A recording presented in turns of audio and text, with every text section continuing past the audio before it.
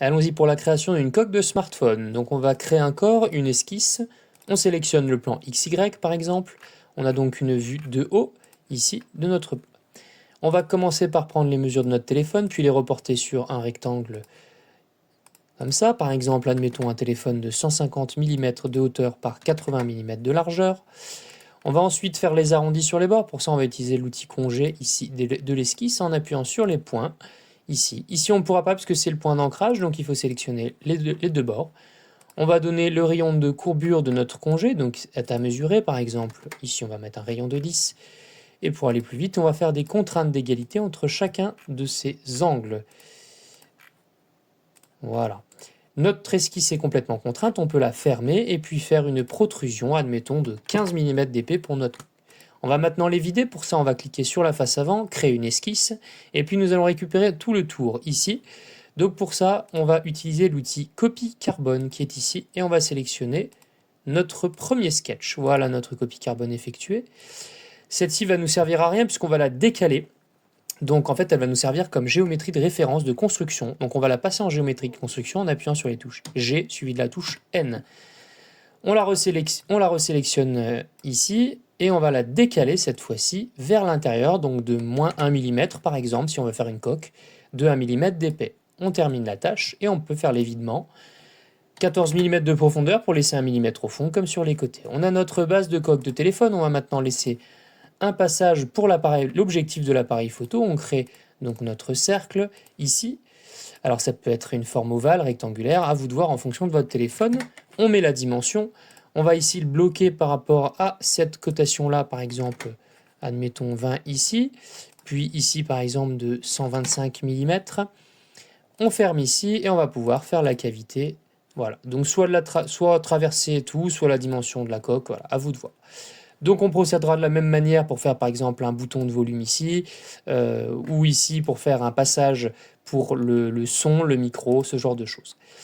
On va terminer en personnalisant notre coque, mais avant on va faire une bordure ici, pour pouvoir le clipser dedans si on veut par exemple imprimer avec une imprimante 3D un matériau un peu souple. On va pouvoir faire ça. Donc on va à nouveau récupérer avec copie carbone le sketch principal, que voici. Alors une autre manière de tout sélectionner, on maintient la touche CTRL et on clique sur tous nos traits qu'on veut récupérer. Ici on va les décaler à nouveau, mais cette fois-ci de moins 2 mm.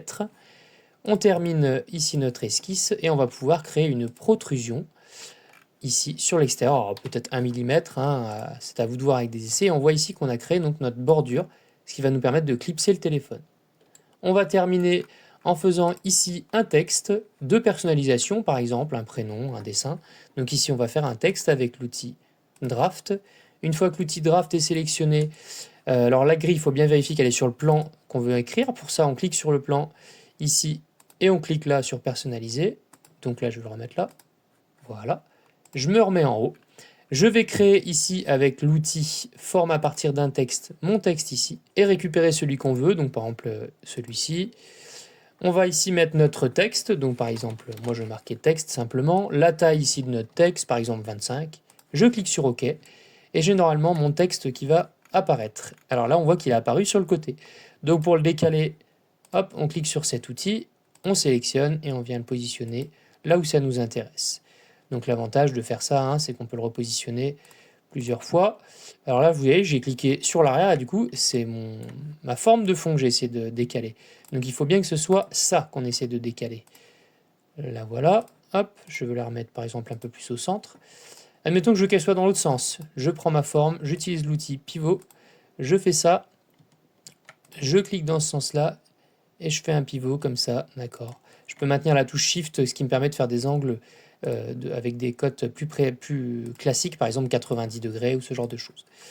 Donc là, on reprend notre shape, on fait ça, on se met au milieu et on vient positionner là où ça nous intéresse, notre texte. Une fois que c'est fait, on n'oublie pas de glisser ça dans le corps pour que ça soit actif dans notre corps. On retourne en Part Design et depuis Part Design, on va pouvoir faire une cavité. Donc soit on traverse tout, d'accord, soit on peut traverser qu'une partie, par exemple 0,5 mm, la moitié de l'épaisseur de la coque. Et on a ici notre coque de téléphone, de smartphone qui est terminée. Enfin qui est terminée, du moins les bases, il me manquerait pour les boutons, tout ça, ça dépend vraiment du modèle que vous avez.